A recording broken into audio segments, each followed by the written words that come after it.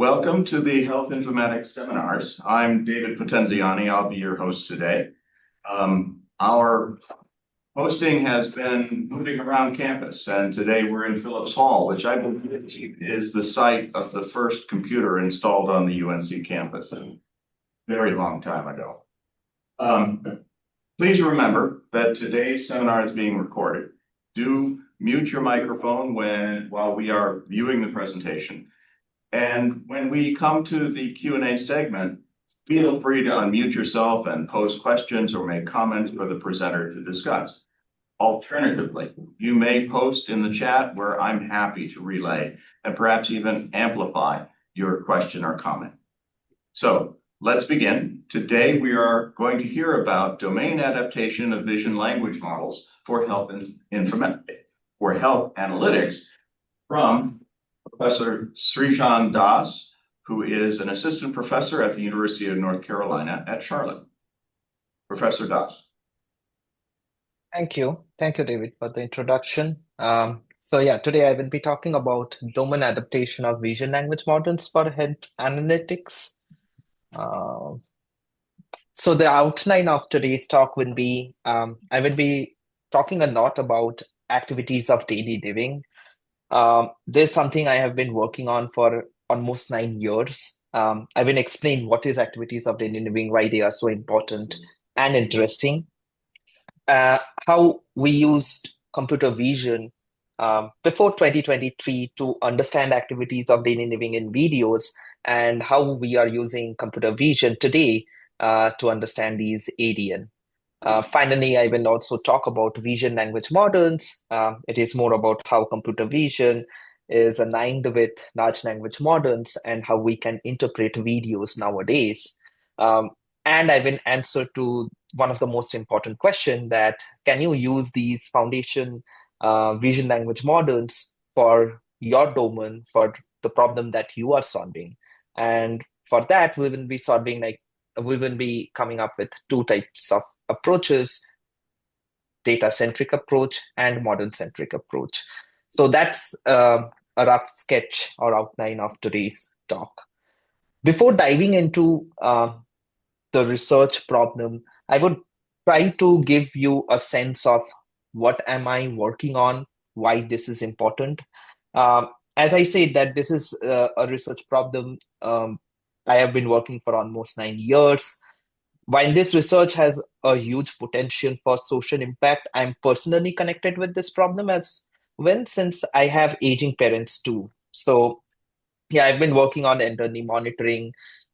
Interestingly, 18% of the US population is aged 65 plus, out of which 90% live with more than one chronic condition. 77% of them have 2 or more chronic conditions. And we get to know that these chronic conditions need to decline in their functional status. So functional ability is a very key indicator of their health outcomes, their quality of life. So their physical performance or functional abilities can be correlated with the activities they are performing in their daily lives 24/7. What are activities of daily living? It contains actions like mobility, like getting up, sitting down, drinking water, instrumental tasks like cooking, and there are cognitive functions like memory. So why ADL monitoring matters? Actually, geriatricians ask older adults to come to their clinic for ADL assessments, and older people actually visit clinics to do ADL assessments in some regular intervals. And this is a way how we can monitor their physical performance, how they are they able to perform activities independently, or they need help. And this kind of tracking their activities is important for early detection of their decline. It is critical for preventing hospitalization and support aging research. Limitation of current approaches is that the way it is done nowadays is the older adult visits clinics to perform ADL assessments. In the clinic, occupational therapists or nurses score their activities, um, or they perform SPBB, 6-minute walk test, tug test, or balance test.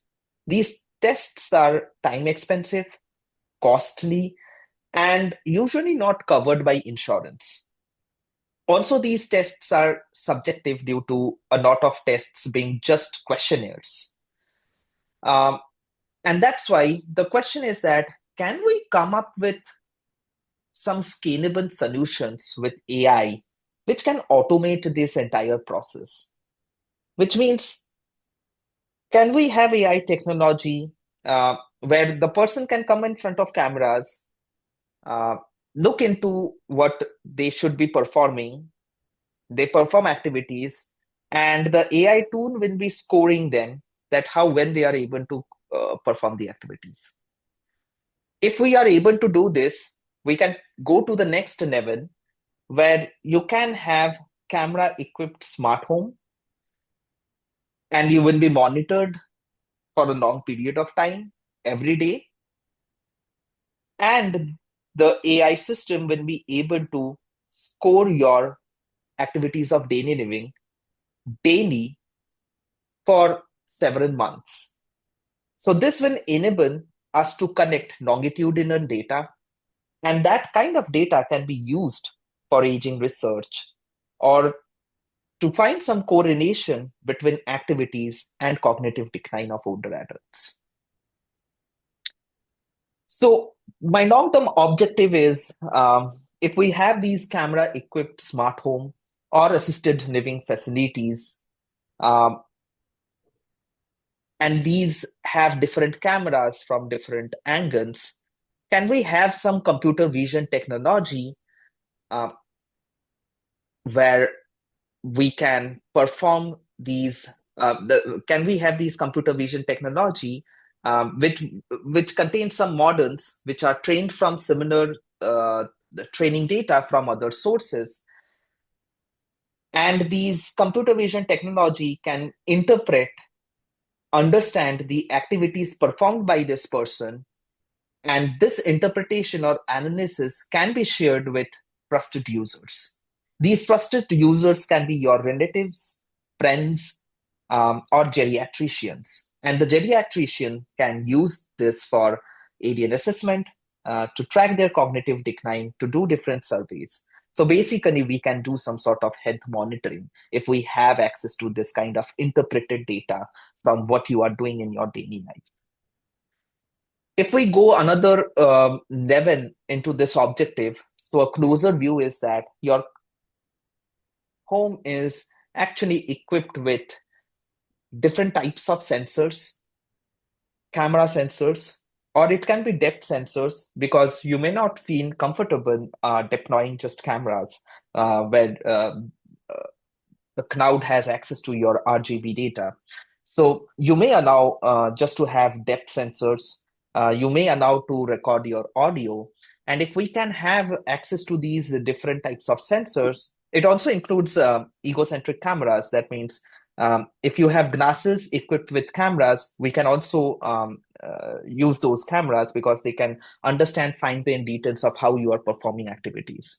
And if we have access to all these modalities can be utilized by computer vision models, because nowadays most of the models are multimodal. It can accept all the modalities into some unified embedding space. And this kind of model can basically tell us that at what time, what activities you are performing, how you are performing these activities, what kind of objects you are interacting with, and so on. And if we have access to these kind of textual log, clinicians can use it for personalized care, and we will be able to track cognitive decline. So there will be some sort of activity summary, there will be some care recommendations, which can be provided as feedback to the user. The older adult may incorporate them early on. So The idea is that we want to develop these kind of computer vision models that can accept different multimodal sensors and generate these kind of um, log summaries of what activities are being performed, how long you are performing these activities, what are the types of interactions you are doing. And if we are able to do this, we will be able to connect longitudinal data, which will be of great interest to the aging community. So now let's take this problem statement as a machine learning problem, and we can frame it as given a data which contains a particular class label, we need to send it to a model. The model needs to predict the particular label. So here our data is video, and each video contains an action. So basically, we are learning this mapping from videos to their action labels. And just to simplify the problem, now we are assuming that each trimmed small video contains one action. Ideally, we make it more complex where you have multiple actions happening at the same time and a sequence of activities is happening. But this is just the foundation step. Once we are able to solve this step, we will be able to go to the complex ones. So basically, we have videos, it goes into a computer vision model, and the computer vision model will be able to predict the actions. The kind of data that we are interested in is activities of daily living. So this is a data set that we captured back in 2016 in Brussels, where we asked 18 elderly volunteers to stay in an apartment. We recorded them for 8 hours. This apartment is equipped with 7 different cameras and different viewpoints. It has 3 different scenarios like dining room, kitchen, living room. We recorded like for 8 hours, and the good thing about this data set is that you have these different challenges that the activities are done very spontaneously because there is no cameraman recording these videos. So you are unaware of that cameras are recording you at some point. There is very high camera framing, which means the person is not always at the center of the frame. The person may be anywhere in the camera's field of view. There are very complex temporal relationships, and there is long-tail distribution of the actions because some actions occur very frequently as compared to some other ones. And we have these two versions of the data set, trimmed version where we have these clipped videos, each containing one action. And then we have the untrimmed version where we have 536 videos. Each video may span for several minutes, like 40 minutes to 1 hour. And we have like 51 actions annotated. Now, why this data set is interesting, you can see these are the different snaps or clips from this data set, and these are all activities of daily living we are interested in. These are the activities that we perform in our daily lives, and it can say a lot about our functional ability.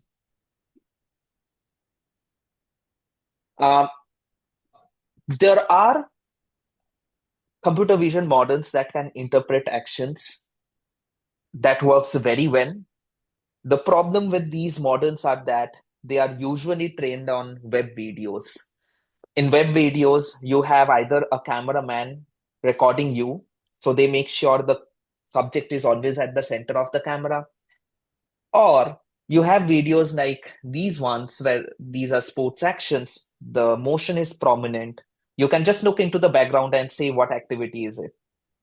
That's not the case for activities of daily living where you have very similar background everywhere. So you cannot just look into the kitchen and say that, oh, the person is cooking because the person may be talking on phone. So you really need to understand the human object interactions. Sometimes the motion is very subtle. You are cut or chopping something and you really need to focus on the hands. And the video feed is coming from cameras mounted on the walls of your apartment. There are many real world challenges where the person is occluded, the resolution of the subject in the image is very bad. Sometimes there are very fine grained actions. So these are the real world challenges that comes into play when we deal with these activities of daily living. So when we take up any model trained by any giant company, using internet videos, they usually don't work very well on activities of daily living, detecting them or recognizing them. Uh, just to reiterate some of the important research challenges, one of the important question in our domain is how to handle time. Because temporal information in videos is very rich, but we don't have a good understanding of how to model them. Of course, there are neural architectures like convolutions, self-attention, which have been used to modern time, but we are still far from getting very high accuracy on videos. Then the second research question is how to learn view invariant representations. None of the neural network operations like convolutions, self-attentions, and so on are view invariant. That means if we train our model on one camera, it is not expected to generalize to another camera where the same action can be captured from another viewpoint, because we deal with images and videos and they are 2D in nature. So you lose the 3D information. And when you lose the 3D information, they are not really view adaptive.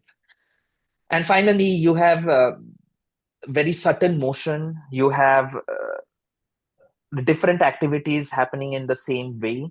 Um, and understanding these fine-grained details in videos is very difficult. So how do we learn discriminative information from different classes is also an open question.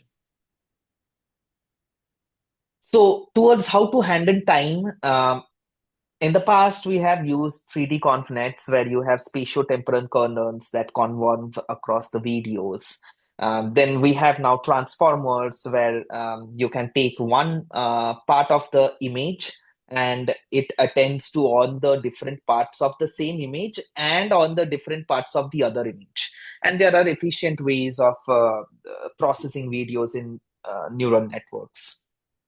And nowadays we are using foundation models where you take the video, send it to a large language model, and it is able to uh, say what is happening in the video. However, they don't do anything explicitly to handle time.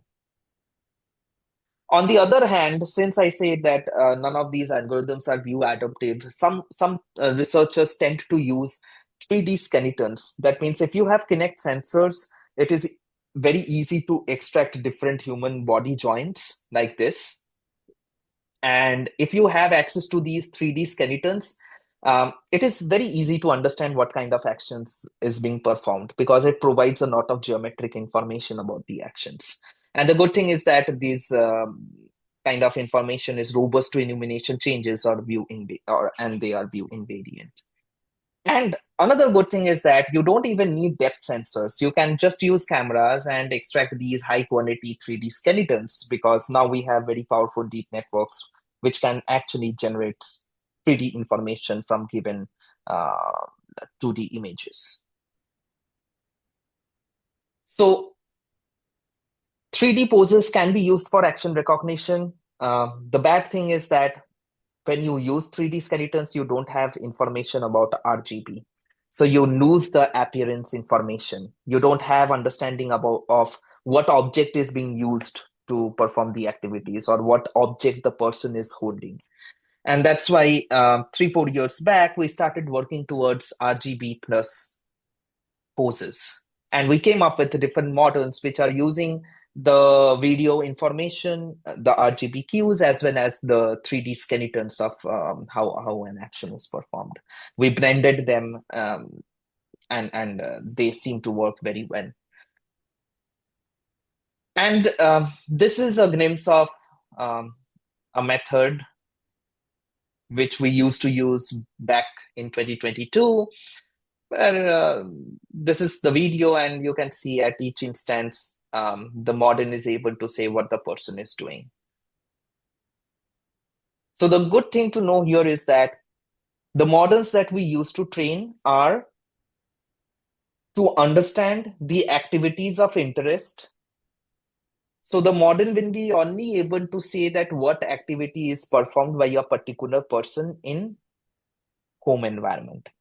It will not be able to do beyond understanding a set of defined activities.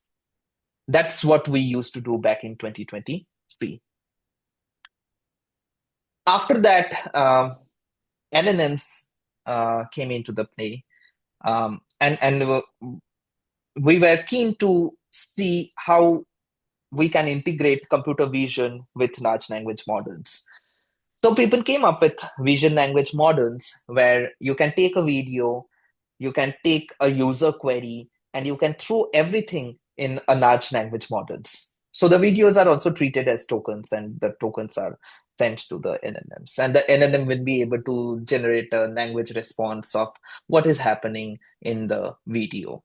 So, for example, if my question is what action is being performed in the video is also input to the language model, and the language model will be responding that the person is doing laundry by loading clothes into a washing machine. So we were very excited. We wanted to make use of these language models because it will solve a lot of our problem, because it will be a generalized solution. It will be able to um, detect all sort of different actions happening in the video, along with how you are performing the actions, how much duration an action is performed. All these questions can be answered if we have a very good vision language model.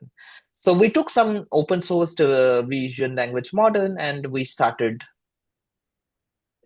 um, testing them.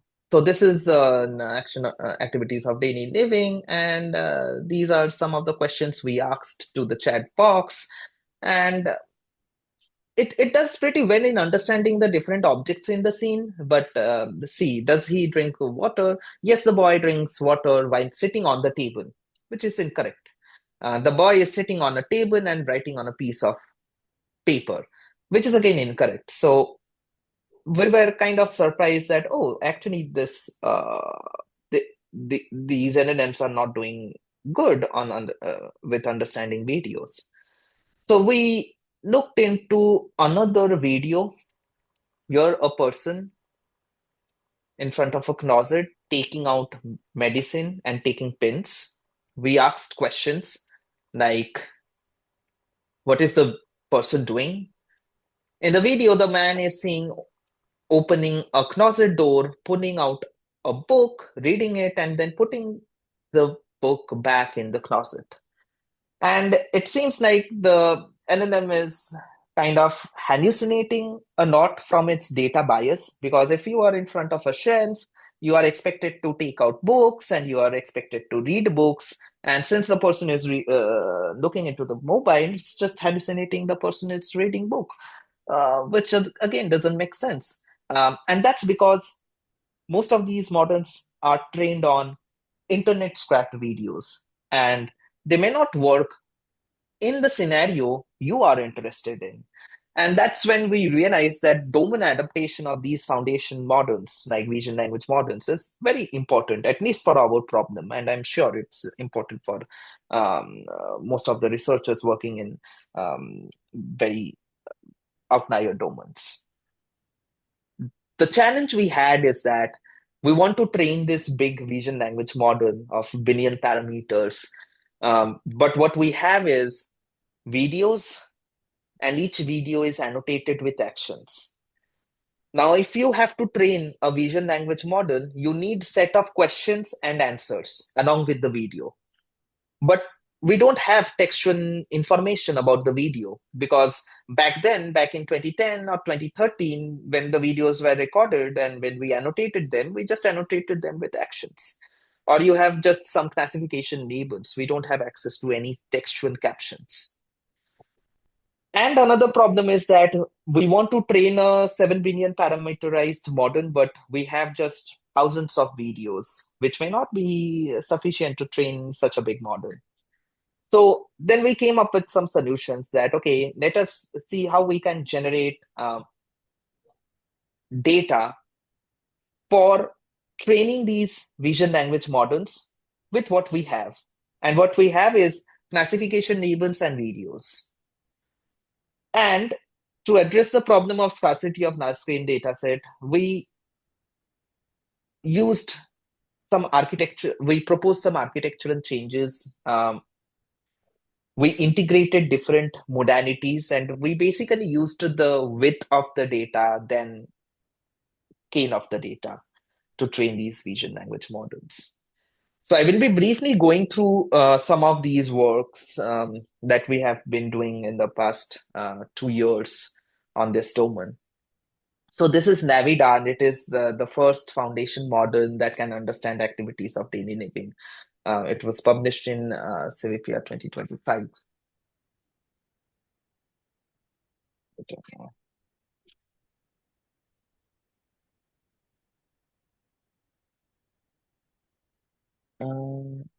I think there is some music.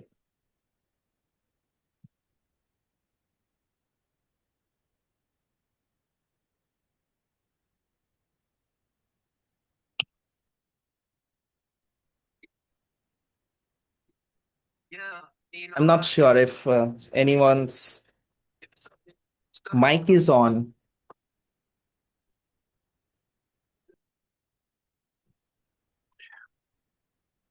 The rest of us cannot hear that, but if you would like to go ahead, please do.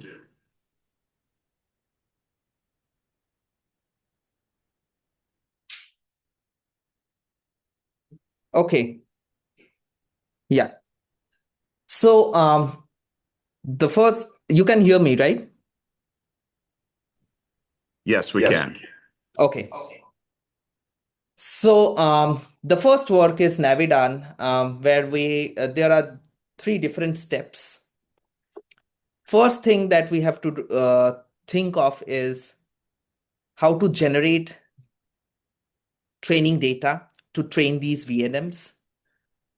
And once we have this training data, the second thing we have to think about how to train these models.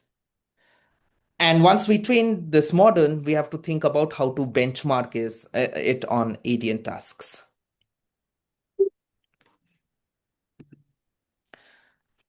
So these are the 3 contributions that I will be discussing. So we came up with this semi-automated data curation framework. What we had is small videos, trimmed videos. Each video contains an action. So we asked GPT that what is a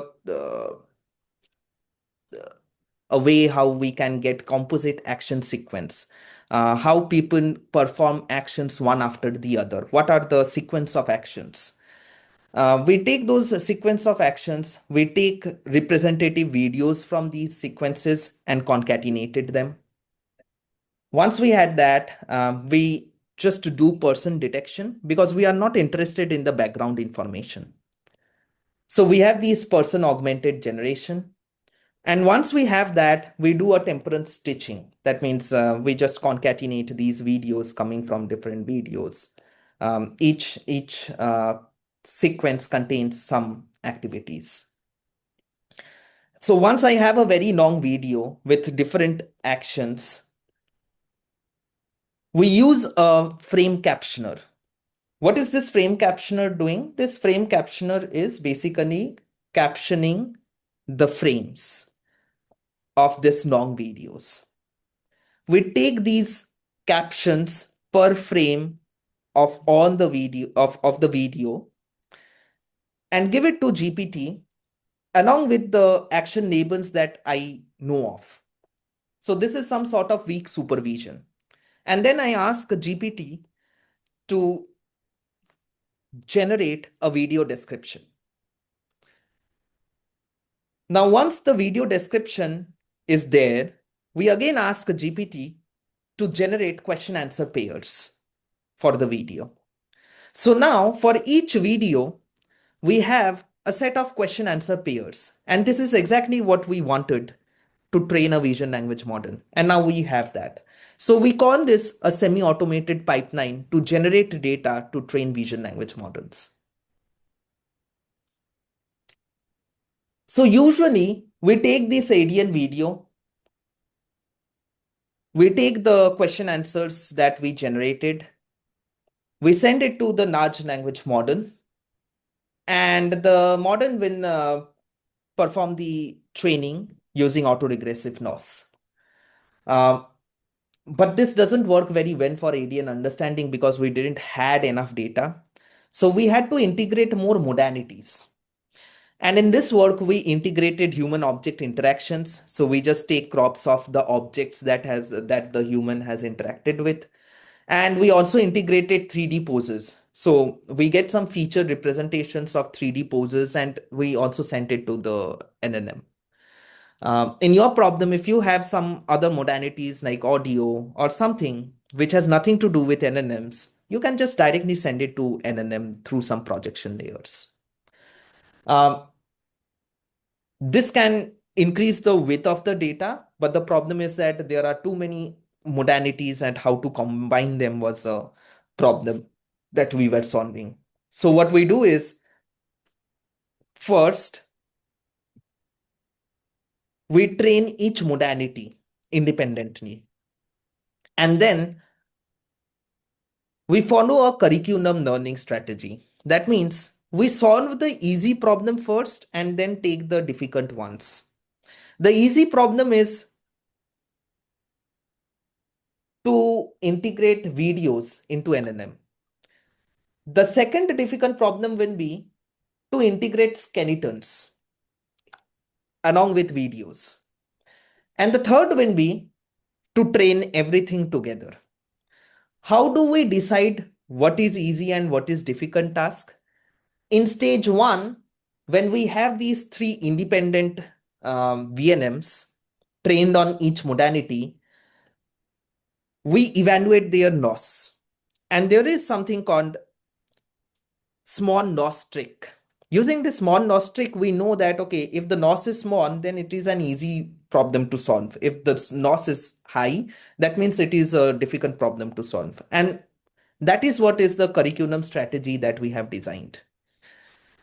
So at the end, we take all the modalities and send it to the NNM, and we are able to train a VNM with all the modalities where we don't need many where we don't need millions or billions of data. We just trained it on 100,000 samples, but remember that 100,000 sample means 100,000 question answer pairs.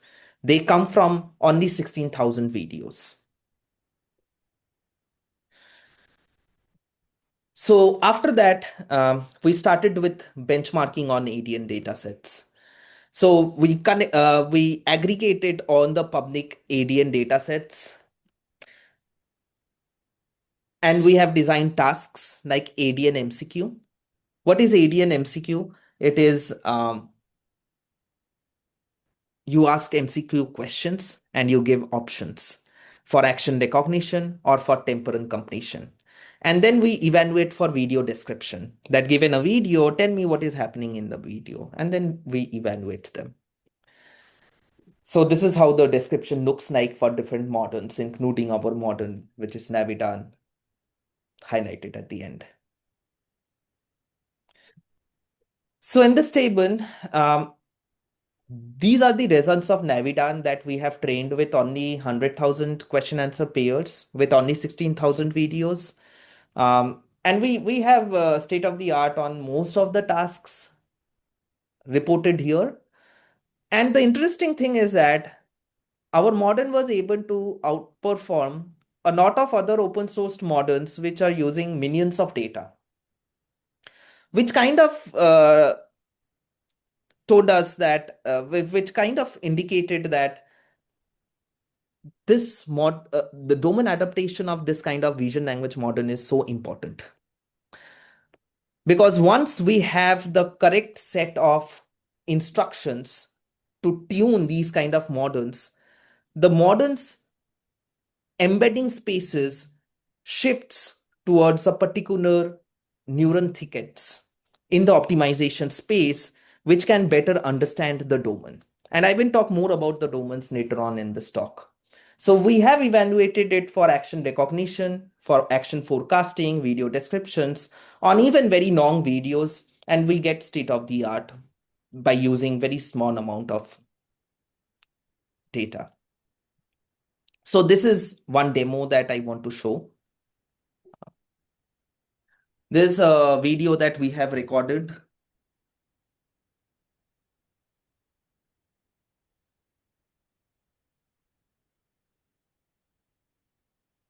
on our campus.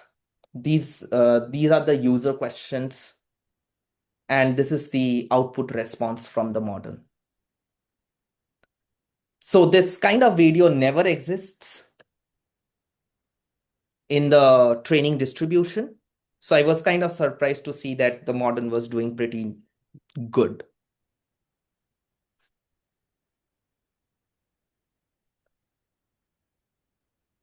So this is the same video that I highlighted previously, and this is the result of our model. And with our model, you can see that most of the things that it misdetected earlier are now corrected. The good thing about our model is that it can also do action anticipation. So if you just give a clip of the video where a person is sitting, and if you don't show the person is falling off, the model is able to understand that in future the person has the risk of falling, and it comes up with the reasoning that why the person may fall. So that was also something very interesting for us. So then I will discuss the next thing that I want to that I have worked on. This is called VSCOP, which is domain adaptation of these VNMs. So the motivation of this work is that, let's say you have these models which are trained on internet videos or exocentric cameras. Exocentric cameras are usually the cameras that are used by cameraman or one mounted cameras. And these are the dominant videos that you will find on the web. Now, when we take these models and we want to train it for the domain that we are interested in. For example, now we want to train a model for egocentric viewpoint. That means I want a model for my ego glasses. Um, this viewpoint is very different. So the model will be adapted to this particular viewpoint. Now, if I want to adapt this model to a particular sensor data, like depth modality, here the problem is that depth is a different sensor. The model is um, yeah. So depth is a different sensor. The model is going to get adapted to the depth modality. But the problem is that for these models, we also want them to be very generalized. That means probably we want these models to work also on the RGB sensors. We don't want to lose their generalizability. So the easiest solution is that you can take the model and you can fine tune it on existing VNMs to improve performance on the target domains. However, this comes at the cost of catastrophic forgetting on the source domain. And that is something that we don't want because VNMs are foundation models. Uh, Companies have spent billions to train these models, and we don't want to lose their generalizability just to adapt it to our domain. Because even if we adapt it to our domain, we want these models to work when on generalized problems at the same time, because that is sometimes also important for the problem we are solving. So I have already showed that how do we train these vision language models. You are given a text, the videos, the text goes into a language embedding space, the video is processed by a visual encoder, and the visual tokens are sent to the LLM.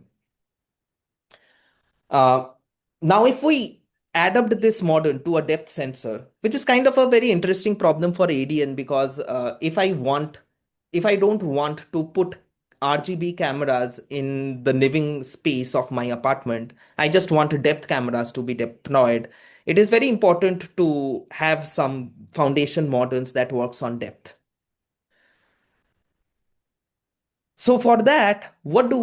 We need to adapt the vision encoder with this new modality. So we have to train the entire vision encoder, which is not a good solution, because if you train the entire vision encoder, it will lose its generalizability. It will not even do very good on the target domain. So what we do is we come up with a parallel pathway called VisCop. VisCop is initialized with these visual probes. These are non-urban tokens. These non-urban tokens interacts with the tokens that you have in vision encoder through this interaction module. And then these tokens are sent to the NNM with all the information that we used to send previously.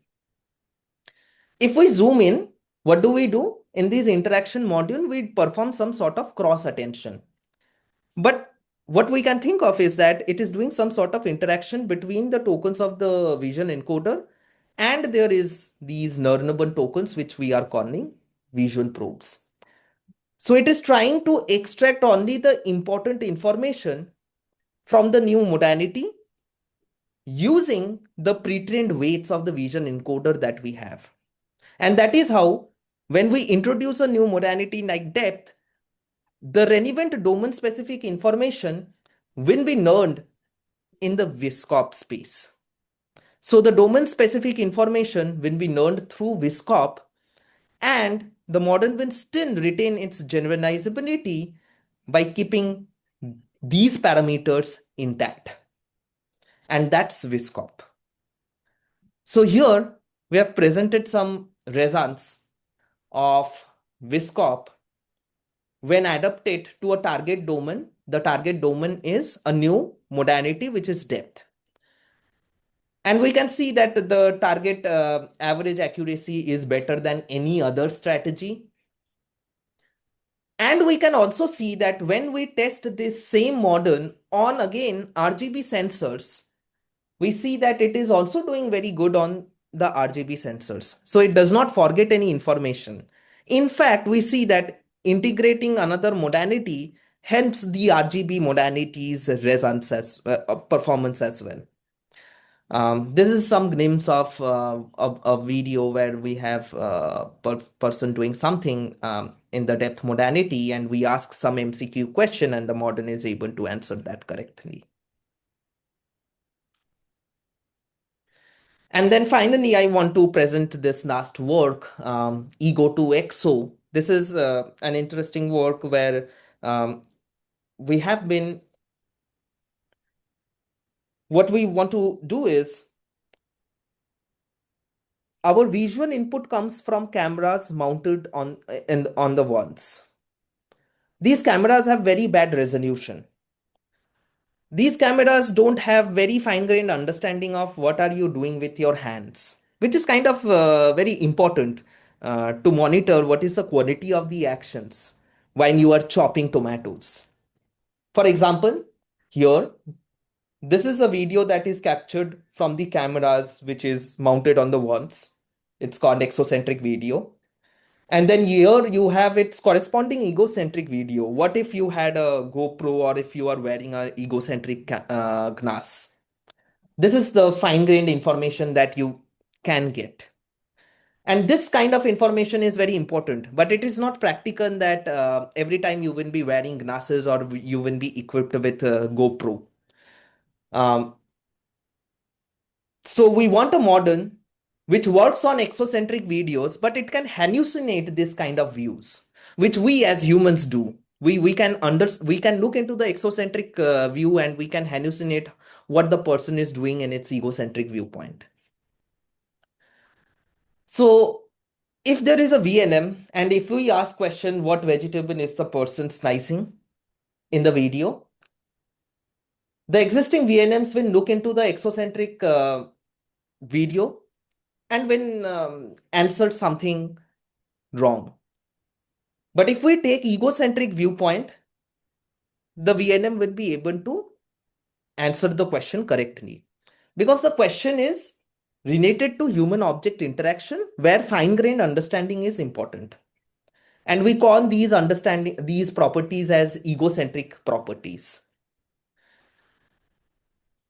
So what we do is we come up with a VNM, we call ego to exo VNM, which is trained on these kind of exocentric videos, but it takes leveraged information from egocentric viewpoints and transfers the knowledge of egocentric viewpoint in the language space. And this is possible because we have a lot of training data where both ego and exo videos are available. If we have access to such time synchronized videos of ego and exo, then you can you can train a model with both the views doing some sort of knowledge destination or knowledge transfer in such a way that at inference you can just do the inference with the exocentric video and you don't need the egocentric video, and you can hallucinate the egocentric video while answering the question. So this is our ego to exo VNM. We have a teacher. The teacher is a VNM which takes the egocentric viewpoint.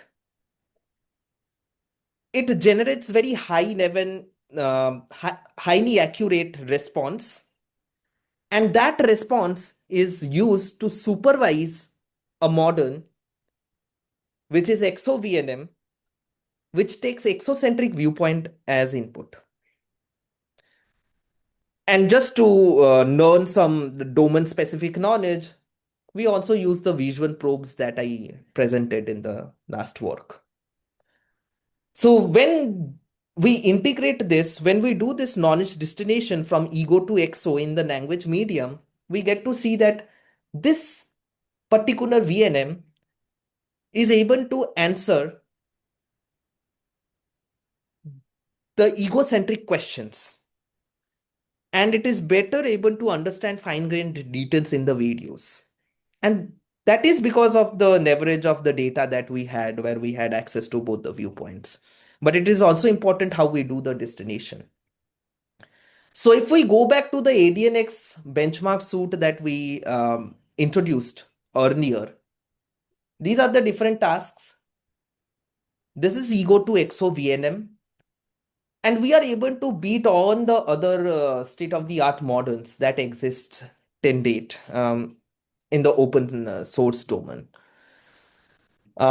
The interesting thing we can see here is that Navidan, which I presented in the beginning, gets accuracy somewhere around 44% in average, whereas our now the model that I presented has accuracy of almost 78%. But this is because Navidan was trained in 2024. At that time, we were using Vicuna as the language model, and now we have Quen as the language model. So a fair comparison will be a Quen, which is like Video Nama 3, which achieves 76% accuracy, and now we have 78% accuracy. Uh, so this is another demo of our work. What is the person doing in the video? The person is engaged in an activity at the kitchen counter, possibly preparing or handling something. What is the person going to do next? The person is going to drink coffee. I sent Das and his PhD student Dominic Riley a video from my family's indoor surveillance camera. Did I leave the basement door open? It appears that you did leave the basement door open. So that's how our model does work. We can provide user input in real time as well, and you will be able to get some language as output. And the good thing is that you can do this continuously 24/7. What is the person doing in the video? What is the So to conclude this talk, where are we with computer vision? Before 2023, we used to solve in-domain problems where we used to make predictions of predefined classes. Now we can take these computer vision models and deploy it in real world where you can give me any action labels or classification labels and the model will be able to generalize to those new scenarios. So that's a big change that came into the community. So what we have covered in today's talk is about domain adaptive vision language models. So these are foundation models. If you need to train these kind of VNMs for your domain, the first thing you need to do is to semi-automate the visual instruction data generation pipeline, because this is the data that you need to train your VNMs. You don't need to annotate with text captions. You can find an intelligent way to generate data from whatever you have. And if you have to train these VNMs for your domain, consider using visual probes, a parallel pathway, so that you don't destroy the generalizability of the models. And at the same time, it can do very well domain adaptation um, for the problem you are solving. Now, coming back to the objective that I discussed earlier, are we ready to use these models for ADN assessments? Um, the problem here is that we need a lot of visual data. We don't have visual data. We have a lot of audio data in this space. Um, so real-world deployment in assisted living facility is something I'm looking forward to. I don't have access to a lot of data. I've been still working in this space. So if anyone is interested, please reach out to me. So that's all from my side. Thank you. I will be happy to take some questions. Thank you. That was quite interesting. We've got a few questions in the chat, and I have a dozen or so more of my own. Have you considered how to mitigate privacy concerns from continuous monitoring? Right, exactly. That's one of the motivation why we switched to depth sensors. Um, we have been going through some surveys, and it seems like privacy is a subjective term. Some of the users are okay to record themselves with RGB, some of the users are not. And then there are different levels of attributes that, oh, I don't want to share this kind of data, or I don't want to share these different privacy attributes.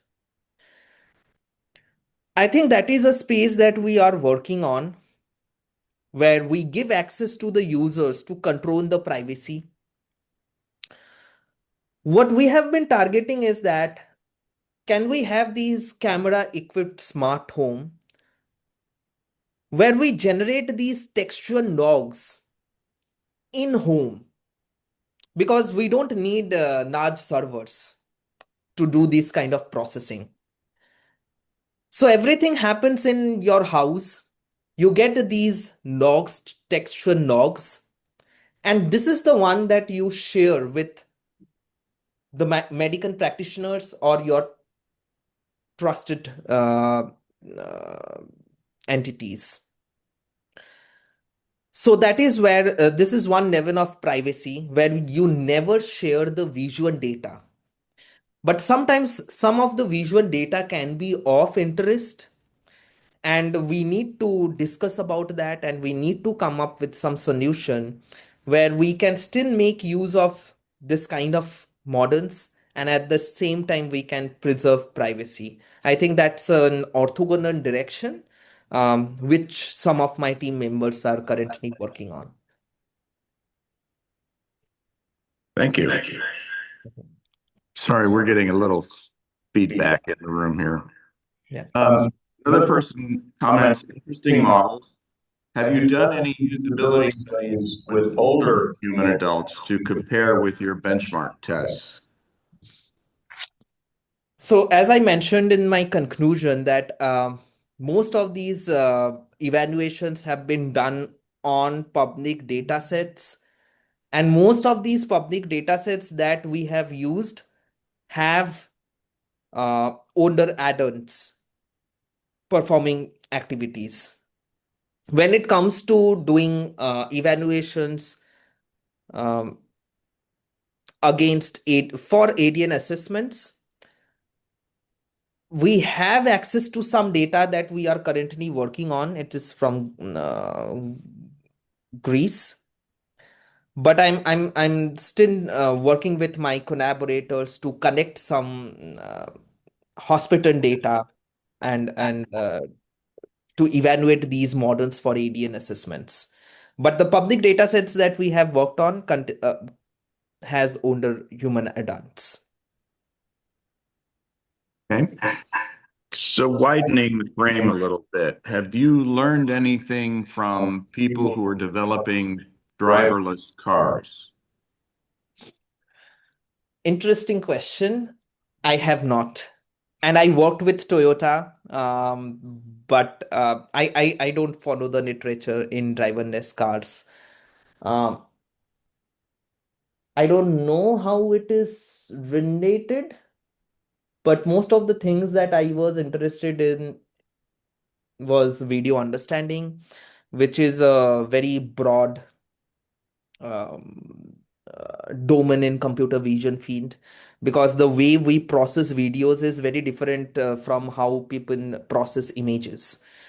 Most of the machine learning models works very well on images because they don't have this additional dimension, which is time. So when time comes into play, designing neural networks is much difficult.